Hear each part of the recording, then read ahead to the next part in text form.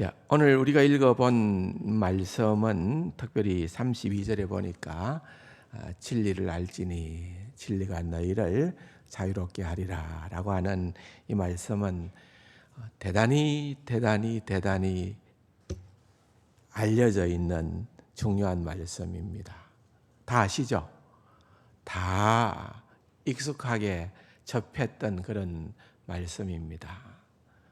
기독교를 근간으로 하고 있는 그러한 대학에서 모토는 대체적으로 보면은 이 말씀이 딱 있습니다. 진리를 알지니 진리가 너희를 자유롭게 하리라. 하버드 대학, 세계 제1의 대학이라는 하버드 대학도 이게 표입니다. 그렇다고 하면은 말할 것도 없는 거죠.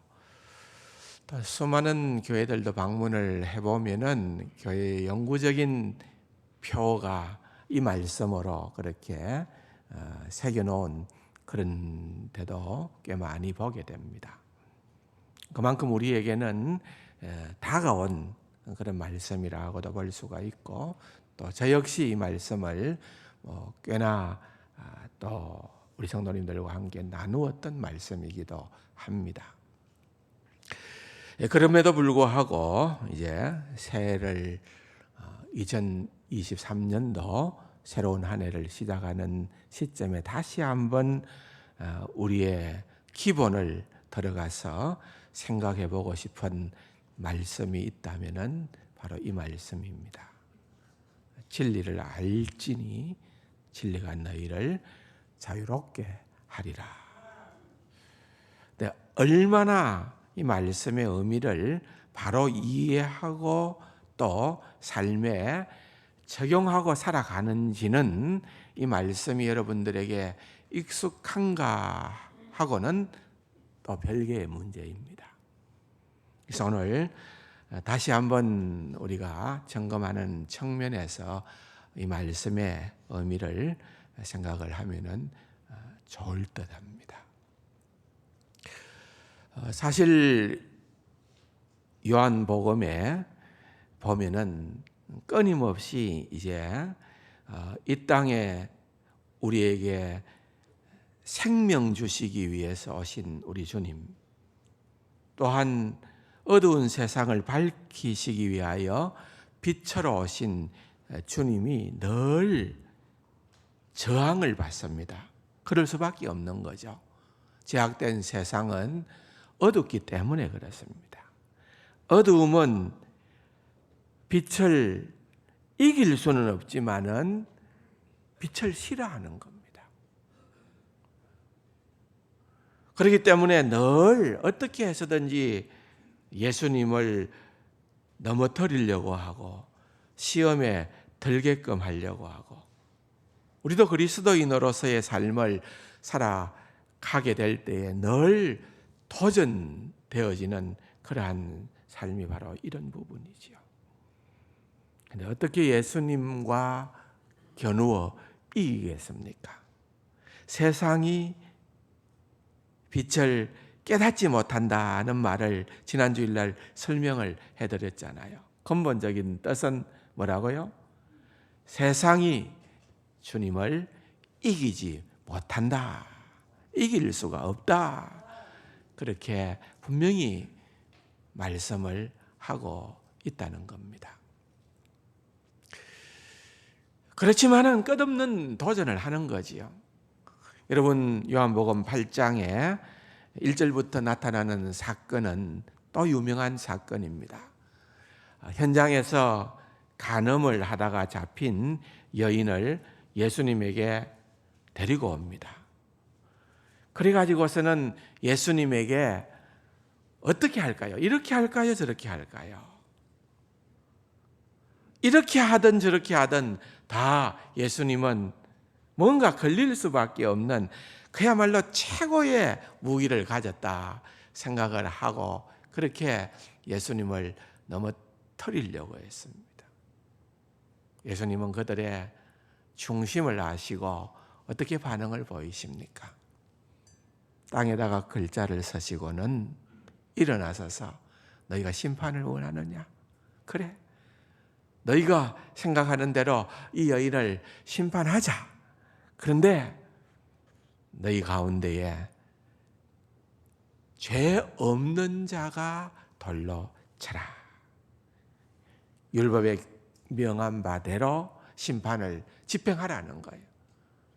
그러니까 그렇게 분기탱천했던 그러한 무리들이 하나씩 하나씩 슬그머니 돌을 땅에다 바닥에다 내려놓고는 예수님의 곁을 떠나갑니다. 마침내는 여인과 예수님만 남게 되어졌을 때에 예수님께서는 나도 너를 정죄하지 아니하노니, 주님께서 사죄의 은총을 베풀어 주시고 또한 구원의 은혜를 베풀어 주시는 그러한 장면이 등장을 하는 것입니다. 그러면서 계속되어지는 요한복음 8장의 그 문맥들의 내용들을 우리는 주목해 볼 필요가 있는 것입니다. 12절에 보니까 예수께서 또 말씀하여 이르시되 나는 세상의 빛이니 그랬습니다. 여러분, 요한복음에 요한의 그런 기록하는 그런 특별한 그런 요한만의 특징이 있습니다. 그 헬라 말로는 에고 에이미라는 표현인데, 에고 에이미라는 말은 영어로 말하면은 I am이라는 말이고요. 우리 말로는 나는 무엇이다라는 말이에요. 여기 보세요. 예수께서 이르시되 뭐라고요? 나는 뭐라고요? 세상의 빛이니 그랬습니다. 에고 에이미. 나는 세상의 빛이다. 그렇게 말씀을 하고 계시는 겁니다. 그런데 내가 세상의 빛이다라고 하는 예수님께서 자신의 그런 어떤 정체를 드러내 주셨을 때에 사람들은 또 거기에 대해서도 변함없는 시비를 거는 겁니다. 13절에 보면은 그들이 그것을 용납할 수 없어서 얘기합니다. 바리새인들이 이르되 네가 너를 위하여 정언하니 내 정언은 참되지 아니하도다. 한편으로는 맞는 그런 주장입니다. 왜? 율법에 보면은 참된 정언은 2명 이상의 정인이 필요하다. 근데 네가 빛이라고 얘기하는 게 아니라 주변에 있는 다른 정인들이 너를 빛이라고 해야 그게 진짜인데 어떻게 네가 스스로 빛이라고 하느냐. 그렇게 터집을 잡는 거예요. 예수님께서는 답을 합니다. 내가 나의 정인이다. 또한 하늘의 아버지, 하늘의 하나님이 또한 정인이 되신다. 그런데 너희들이 믿지 못하겠느냐? 14절에 보니까 예수께서 대답하여 이르시되 내가 나를 위하여 정언하여도 내 정언이 참되니 나는 내가 어디서 오며 어디로 가는지 알거니와 너희는 내가 어디서 오며 어디로 가는 것을 어떻게 해요? 알지 못하노라. 요한복음에 1장부터 나타나는 큰 그런 어떤 배경이 되어지는 큰 주제 단어 가운데 하나가 알지 못한다는 거예요. 주님께서 빛으로 세상에 왔지만은 그들이 깨닫지 못하더라. 요한복음 2장으로 넘어와 보면은 가나의 혼인잔치가 있어서 더 나은 포도주를 제공을 하지만은 그 포도주를 마시는 사람들은 이것이 어디로부터 왔는지 알지 못하더라 그랬습니다. 소가서의 여인도 그가 누군지 예수께서 어떤 사람인지 알지 못하더라. 심지어는 예수님의 제자들조차도 알지 못했다라고 하는 그러한 어디서 났는지 알지 못하더라. 그런 배경을 가지고 있는 것입니다. 너희들이 알지 못한다. 아무리 진리를 얘기하고 구원의 비밀을 너희들에게 알려준들 너희들은 알 수가 없다는 거예요. 또 볼까요? 19절에 이에 그들이 묻되 내 아버지가 어디 있느냐? 예수께서 대답하시되 너희는 나를 알지 못하고 내 아버지도 알지 못하는도다. 나를 알았더라면 내 아버지도 알았으리라. 알았다는 말입니까? 몰랐다는 말입니까? 몰랐다는 말이지요. 그들은 주님을 알지 못했던 그러한 깜깜이가 되어 있다는 거예요. 여러분, 이것을 읽어보면서 우리가 그런 생각을 합니다. 여러분, 세상에 그 어떤 지식이 있다 하더라도, 지혜로운 자라 하더라도 주님을 아는 것은 또한 별개의 문제다, 그 말입니다. 다니엘서 11장 32절입니까? 자기의 하나님을 한번 따라할까요? 아는 백성은 강하여 용맹을 떨치리라 그랬습니다. 하나님을 아는 백성이 되어야 된다는 거예요. 그만큼 우리에게 있어서는 이것이 중요한 거예요. 하나님을 안다는 것, 우리 주님을 안다는 것, 이것이 너무너무 중요하다는 것입니다. 얼마나 미련하고 우둔한지를 한번 더 볼까요? 21절에 다시 이르시되 내가 가리니 너희가 나를 찾다가 너희 죄 가운데에서 죽겠고 내가 가는 곳에는 너희가 오지 못하리라. 예수님께서 대속의 죽음에 대한 이야기를 하고 있는 거죠. 그런데 그들의 반응은, 주님의 말씀을 들었던 그들의 반응은 22절에 보니까 뭐라고 하고 있습니까? 다 같이요. 유대인들이 이르되 그가 말하기를 내가 가는 곳에는 너희가 오지 못하리라 하니 그가 자결하려는가? 무슨 말입니까? 예수님이 자살하려고 그러나?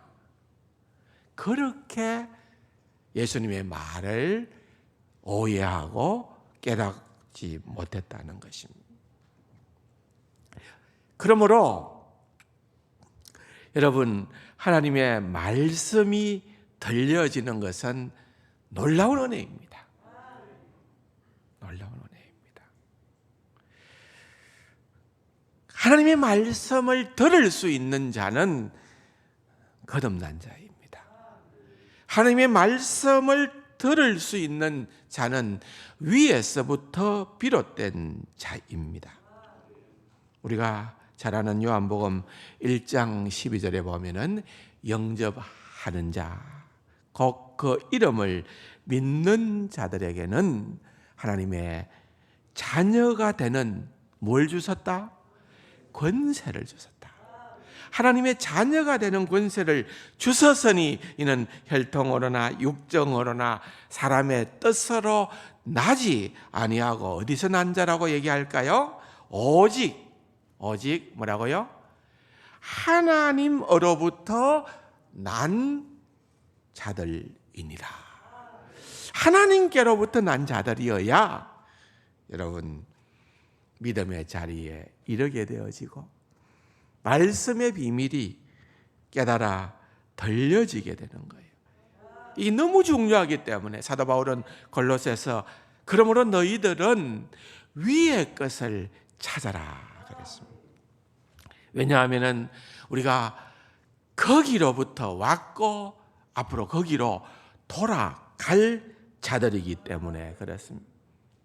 누구든지 그리스도 예수 안에 있으면 새로운 피조물이라. 이전 것은 지나갔으니 보라 새롭게 되어졌다. 우리를 생각할 때 늘 우리는 이 신앙이라는 것이요, 어떻게 보면은 우리가 이런 경향들이 있습니다. 마치 내가 좋은 신앙생활을 하는 거는 내가 하나님을 위해서 좀 뭘 해드리지? 어떻게 하면 하나님을 기쁘시게 하는 거지? 맞습니다. 그게 필요는 해요. 그러나 우선순위는 그게 아니에요. 뭔가 하면은 우선순위는 여러분 신앙생활의 우선순위는 행위가 아니라 따라할까요? 소속. 뭐라고요? 소속. 우리가 어디에 속했나 하는 우리의 행위가 중요하지 않다는 말이 아니에요. 그것이 그냥 따라오는 거예요. 우리의 소속의 싸움이라는 거예요. 끊임없이 여러분 오늘도 우리가 주님 앞에 나오고 변함없이 주일날 신년에도 새해에도 이렇게 나와서 우리가 예배를 드리는 것은 우리의 신분을 확인하는 거예요. 내가 어디에 속해 있는가를 우리가 확인하고 확인해 가는 것입니다. 그래서 여러분 47절을 한번 같이 읽어보겠습니다. 다 같이요. 하나님께 속한 자는 하나님의 말씀을 듣나니 너희가 듣지 아니함은 하나님께 속하지 아니하였습니다. 굉장히 중요한 말씀입니다. 굉장히. 하나님의 속한 자는 누구의 말을 듣는다고요?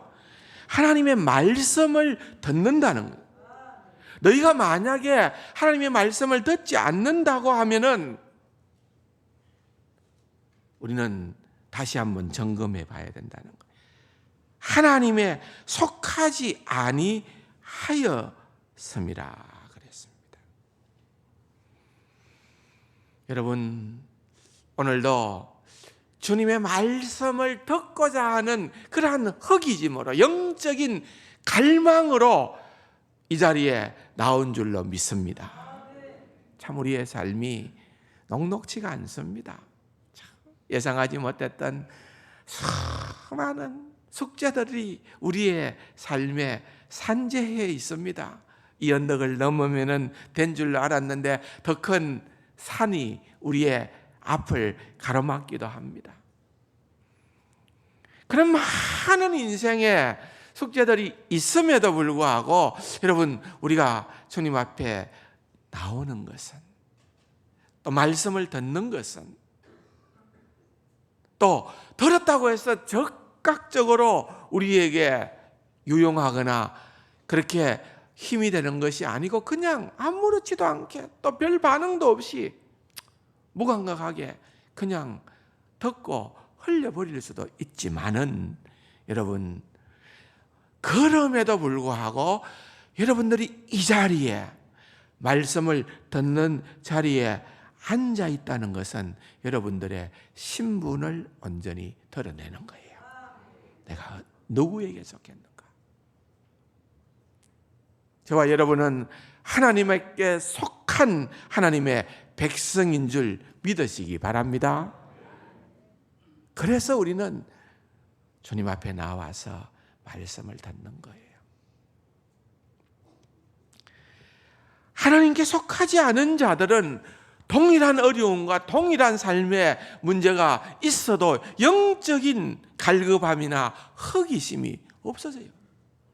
주님 앞에 나와서 하나님을 찾거나 구하거나 말씀을 들어야 될 하등의 이유를 발견하지 못해요. 정상적이지가 않은 거지요. 여러분, 우리가 육신의 몸을 가졌기 때문에 음식을 먹어야 살아갑니다.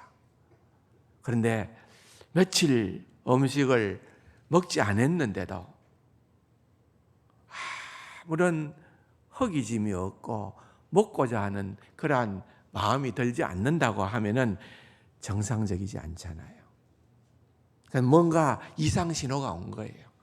내가 먹지 않아도 배고프지 않고 먹고 싶은 마음이 들지 않는다. 그건 정상적인 몸의 컨디션이 아니라는 거죠. 영적으로도 마찬가지예요. 우리가 하나님의 말씀에 대한 그러한 영적인 갈급함이 우리에게 있어져야 된다. 그 말이에요. 이제 오늘 본문으로 다시 들어가서 보겠습니다. 31절에 보니까 그러므로 예수께서 자기를 믿는 유대인들에게 이르시되, 위에 30절을 한번 보십시오. 이 말씀을 하심에 많은 사람이 믿더라. 그리고 난 다음에 31절에 그러므로 예수께서 자기를 믿는 유대인들. 여러분, 이 사람들은요, 지금 31절부터 주님께서 하시는 이 말씀을 듣는 사람들은 믿지 않는 사람이 아니에요. 믿지 않는 사람이 아니에요. 믿는 사람들이라는 거예요. 믿는 사람들에게 주님께서 말씀하시기를 이러시되, 너희가 내 말에 거하면 참으로 내 제자가 되고. 여러분이 이 말씀이 대단히 중요한데 자칫 잘못하면 오해할 수가 있어요. 어떻게 오해를 하는고 하면은, 너희가 내 말에 거하면, 거하는 그런 조건이 충족되어지면은 그로 인해서 내 제자가 된다고 오해하는 거예요. 그런 의미가 아닙니다. 이 말씀은요, 더 정확하게 이해를 하려면은 47절과 같은 이치예요. 이것은 거꾸로 이해를 해야 됩니다. 무슨 말인가 하면은, 너희가 내게 속하였으면, 그런 것처럼 너희가 내 제자라면은, 너희가 내 제자라면은 내 말에 거하게 된다, 그 말입니다. 너희가 내 제자라면은, 너희가 내 제자라면은 내 말을 듣게끔 되어져 있다, 그 말입니다. 그리고 난 다음에 이어서 하신 말씀이 진리를 알지니, 진리가 너희를 자유롭게 하리라. 여러분, 이 진리는 세상 사람들이 주장하는 바대로의 그런 어떤 개념일까요? 학문적인 개념일까요? 알레테이아라고 하는 단어를 썼는데 이것을 많은 사람들은 이데아라고 그렇게 이해를 합니다. 보이는 것이 아닌 보이지 않는 것의 실체가 되는 것이다, 그렇게 생각을 합니다. 부분을 건드린 것은 다 맞을 수가 있습니다. 이 시간에 그것을 다 설명할 수는 없고, 여러분, 여기에 말하는 진리는 무엇인가 하면은, 한번 따라 할까요? 예수 그리스도. 믿습니까? 요한복음 1장에서 1절에서 태초에 말씀이 계시니라, 그 로고스의 말씀이 곧 누구였습니까? 예수 그리스도였습니다. 그래서 여기에서도 진리를 알지니, 진리는 곧 예수님을 말하는 것이고, 그 진리 예수님을 알아감으로 말미암아 우리가 자유를 누리게 되어진다. 그런데 그 자유는요, 자유는 어떤 자유일까요? 그 자유는 어떻게 보면은 조건이 있는 자유예요. 그 자유는 어떤 자유냐? 매인 자유입니다. 우리 인생은 별 수 없어요. 이쪽에 매이든지 그렇지 않으면 이쪽에 매일 수밖에 없어요. 세상과 정욕과 그 모든 탐심과 그러한 세상적인 그러한 모든 것들에 매여서 살아왔던 우리의 과거의 모습이었다고 한다면은, 이제 우리가 예수님을 알게 되고 진리를 알게 되어지고 하나님을 영접하게 되어지고 그렇게 되어져서 우리가 자유를 얻게 되면은 우리는 예수님께 매인 자유를 가지게 되는 거예요. 그게 불행한 자유일까요? 아니에요. 앞으로 이 자유가 얼마나 놀라운 자유인가, 이 메인 자유가 얼마나 위대한 자유인가, 몇 시간에 걸쳐서 여러분들과 말씀을 나누어 보려고 합니다. 우리가 생각하는 자유가 결코 아니라는 것입니다. 계속해서 그 다음 33절에 보면은 그러들이 대답하되 우리가 아브라함의 자손이라 남의 종이 된 적이 없거늘. 지금 자유 얘기를 하니까 우리가 아브라함의 자손인데 남의 종이 된 적이 없거늘 어찌하여 우리가 자유롭게 되리라 하느냐. 전혀 쫓아오지를 못하는 거예요. 근데 이 사람들이 얘기한 것도 과연 맞는 얘기일까요? 여러분 보세요. 이스라엘 백성들의 그러한 지나간 과거의 역사를 우리가 한번 더듬어 보면은 그들은 독립국가로서 있었던 그러한 시절보다는 훨씬 많은 시간을 종으로서의 삶을 살았습니다. 애굽에서 430년간 종살이를 했었고요. 그 외에도 계속해서 주변에 있는 나라들로부터 핍박을 받았고 침공을 당했고 블레셋, 아수르, 심지어는 지금 예수님께서 이 말씀을 하고 있는 이 시대만 하더라도 그들은 누구의 통치하에 있었습니까? 로마의 통치 아래에 있었습니다. 지금도 종된 자들입니다. 그런데 그들은 지금 어떤 주장을 합니까? 우리가 아브라함의 자손으로 남의 종된 적이 없다. 이건 여러분 어떻게 보면은 그들의 정신세계를 얘기하는 거예요. 우리는 선민이다. 우리는 하나님을 믿는 특별한 백성이다. 우리는 비록 우리의 육체는 속박당하고 있는지 모르지만은, 우리는 제한된 삶을 살고 있는지 모르지만은 이 땅에 존재했던 그 어떤 제국도 어떤 나라도 우리를 정신적으로 우리를 통제하거나 지배하지는 못했다. 이런 어떤 나름 유대인들은 영적인 우월감과 자부심을 그들은 가지고 있었던 거예요. 그 얘기하는 거예요. 야, 우리 종 아니다. 우리는 자유인이다. 예수님께서 뭐라고 얘기를 합니까? 그런 얘기를 하니까 더 차원이 높은 그러한 주제를 가지고 들어옵니다. 34절에 예수께서 대답하시되 진실로 진실로 너희에게 이르노니 죄를 범하는, 인간의 죄의 문제를 다루는 거예요. 죄를 범하는 자마다 죄의 종이라.